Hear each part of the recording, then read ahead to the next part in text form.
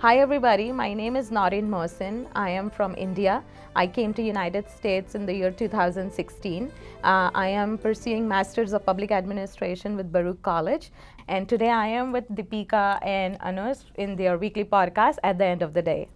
Thank you so much, Nourine. It's so good Pleasure. to have you. Pleasure. And Nourine and I, we both go to Baruch College and we share 2 classes together. Yes. That's how we became friends. Friends, definitely. And we go back home together in the same train. Yes, yes, that's right. If you guys are new to this country, US, and if you are planning to enroll yourself in a graduate program, then this episode is going to be really helpful to you. Yes. Nourine, you already had a Master's of Business Administration back home, Yes, right? In yes, India. that's right. And now you are doing another master's degree. Why is the need for a second master's degree? So as I mentioned that I came in 2016 to United States. I got married here. So really relocation was like I had to relocate. And when I relocated, I think the most important thing is you have to adjust to the new country, adjust to the new place, sink in the new place, and know the culture, know things that you don't know. And I think I thought about what would be the best way to do that, to sink in the place and get to know the place well. And I decided it would be education, because through education, through a college, through an institute, you get to meet people of the place, you get to meet people with different backgrounds, and you definitely get to know what is the vibe of the city, and you know how people talk, how people travel. So I think that is one place through which you can get everything. And after relocation, I knew that I have to have a fresh start over here, and I think education was only the way out for me. You know, I decided I will leverage this opportunity to upgrade myself, to have a value addition, to have a degree that gives me a path. So I think that is the reason I decided to, enroll into another master's. So as you are doing your master's right now, Yeah. have you been benefiting? Oh, definitely, very much. Because I remember when I was new, there were times when I was even scared to travel alone without my husband, because the system over here is so different than the mode of transportation is different than back home. So I think it was very challenging. I somehow was not very comfortable talking to people and doing things on my own. So I think enrolling into a program and enrolling into school helped me become more independent. I could gain back my confidence, when I think it was definitely very much beneficial for me. What are the main things that someone like me should be thinking about when I decide what to study, or when I decide which college, which university should I apply for and go to study?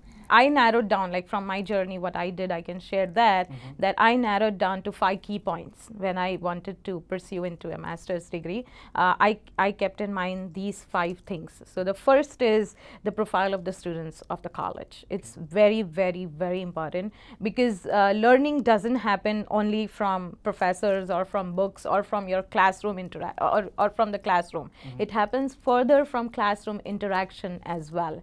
So it's very important, because you will be spending 3 hours or 6 hours or 9 hours a week with those people. So you need to know that what is the profile of the students, how is your exchange going to be, how is the interaction is going to be. I'm sure even you people agree that the kind of people you're surrounded with, that influences your life. I totally agree with that. Yeah. Right? Yeah. It influences your decisions. So I think it's important to understand the profile of the students. And so how do you find that? How do you find the profile of the students? You can go to the college, you can go to universities and speak to current students. That's the best way to know a college. Okay. And I did that when I was new here. I didn't have much to do. So what I did is I used to go to colleges, and here the colleges are very welcoming. If you go, nobody's going to stop you at the gate and say, oh, you cannot go inside. So you can anytime say that you're new and you want to find out more about the college, and they will let you do that. And I have been very fortunate where I have spoken to current students of a college, and I do ask them questions like, what do they feel about it? Is enrolling into the school helping them anything? And what is the profile? How are the other activities in the college? So I think talking to a current student gives you a perfect picture whether this is the right place for you or not. So I think that's the first thing you should do, in my opinion. I agree that technology and stuff makes things easier, where you can go online and find out about the college. But I think the first step should be go personally and visit the college. You know, get that feel of the college. Enter the Okay. college. How does it feel? Right. And then speak to students. So that is the first thing you should keep in mind. Okay. And second. Yes. The second thing is the tuition. How much are you going to spend out of your pocket, right? Yes. It's important. Nothing is free in life. And so, yes, it is important to understand that what is the cost of that degree. And I will say that keep in mind that degrees over here, the system over here is very different. The money you pay is per credit. Each course is 3 credit. Right. It took time for me to understand all these things, So, because my God, yeah. back in India, for me, it's just semester fees. Yeah. You pay for 3 months, you're done. Or Yeah. you pay for a year and you're done. But I think here it is not that way. And here you have the flexibility that you can take 2 courses a semester, or 1 course a semester, or 3 course, whatever is your capacity for that time. Depending on that, you can pick the thing. So I think that is the important thing. Right. Keep in mind how much you're going to be paying for your entire degree. Like Okay. for me, MPA is 42 credit program. So I actually calculated each credit is going to cost me X amount of dollars. Yeah. So total amount would be this much.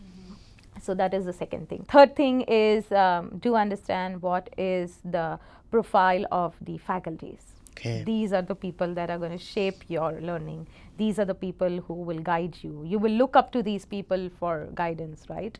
So it's very important to understand faculty profiles, like, you know, the teachers, what background they are into, what kind of places they have worked, where else do they teach, because many a times one faculty teaches in multiple colleges. Right, right. So, you know, you need to find that out. So that is also very, very helpful. And then the fourth thing is the kind of activities or avenues the college provides. Every school, I'm sorry, I keep saying college, because back in India, graduate program Yeah. is a college College, program. true. Yeah. But here they call it school. School, right. So what is important is every school has a field. Every school has a place where after graduation their students go and work. They are very specific in their industries. So you need to find out that after school what kind of places do these students go and work. Like I remember when I did my research, one school had a profile where after graduation students were working into private sector. Even when they were doing public administration, they were into roles of public administration, but the industry was private sector. Okay. And then at Baruch, I found out that most of the students, or you know, people that graduate, they work for government agencies or for non-profits. So you need to find out that where you want to go, and accordingly then see that where the students of these colleges or these schools work, and that is what helps, I think, and it's very important. Yeah, I think this makes sense now as you say this, because like in Baruch, most of the speakers that they invite from Yes. outside the institution are Yes. people who are kind of established in non-profit and Non-profit, government sectors. government And that sector. kinds of gives an added advantage to the students to, you know, to have someone who can pull their hands up and then Yes. go ahead. I mean, I work at the DOE, and every second person That's I meet, Department of Education. yes, every second person I meet is a Baruch graduate. Right, right. So I mean, it's a very wonderful thing. But yes, that's how it is. So all I mean to say is understand that what is the profile of your college? What is the profile of the school you want to enroll into? It's very important. And fifth, and the most important point, is return on investment. ROI. ROI. What is that? I did a business administration degree back home, so I was taught in finance that you always count what am I going to get back. Right. Right. Right. Return on investment is if you're spending X amount of dollars on your degree, after the degree, what is the degree going to give you? Very simple. When you come out of school, you want to come out with great learnings. You want to come out with good experience, and you want to come out with less debt, so that less amount of money that you have to repay.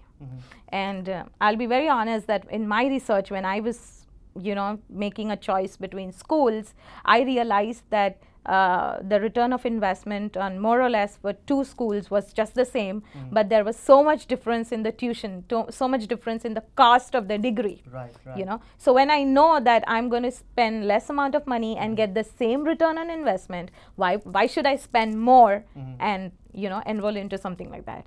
And I'll be another very important thing is you got to be practical, because like as you mentioned that I'm pursuing a degree in my early 30s. This is not the only milestone. My life is just started after marriage. So there are other milestones that I have to accomplish, right? And finance being in a new place, it's more crucial. Right, so I think return on investment is the key. You please find out that what is this degree going to fetch you after you graduate. It's very important. I think we should name this episode particularly as 5 mantras to consider for applying colleges. How does that sound?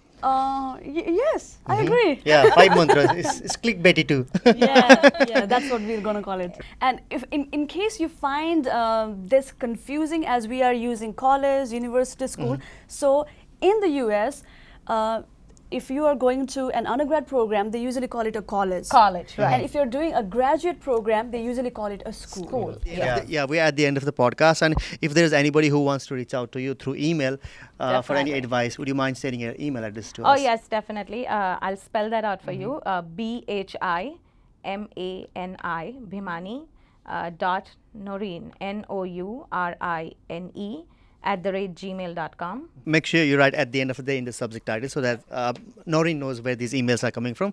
At the end now, any advice to our newly arriving immigrants who wants to pursue graduate study program? First is believe in yourself. It's very, very important.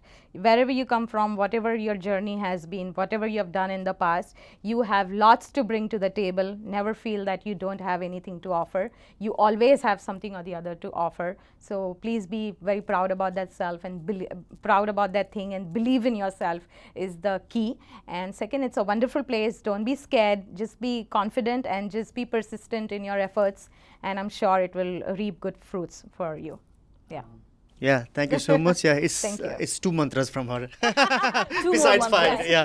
Anyway, please subscribe to our channel and keep sharing our episodes. Yes, and before we sign off, we have to thank ARNIC, that stands for Anti-Rome New Immigrant Center, for providing us this fabulous space for recording the podcast. And a little more information about ARNIC. It is a free program of this organization called English Speaking Union, and it equips immigrants like you and me, and it equips refugees and asylum seekers with the English language skills, cultural knowledge and confidence to find personal and professional success in the United States. Thank you, Arnik, for the space. Thank you, Nourine, for a wonderful conversation. Thank you so much. We will catch you next Sunday. Bye-bye. Hey guys, a quick note. If you have a personal story that you think might be helpful to the newly arriving immigrants in the US, please contact us. We would love to feature you in our podcast. Go to our website, podcast@theendoftheday.com, and write to us by going to the feedback section. And by the way, if you love this podcast, you can support us with a small donation. Your help will enable us to continue producing more episodes. The link to support our podcast is in the description below.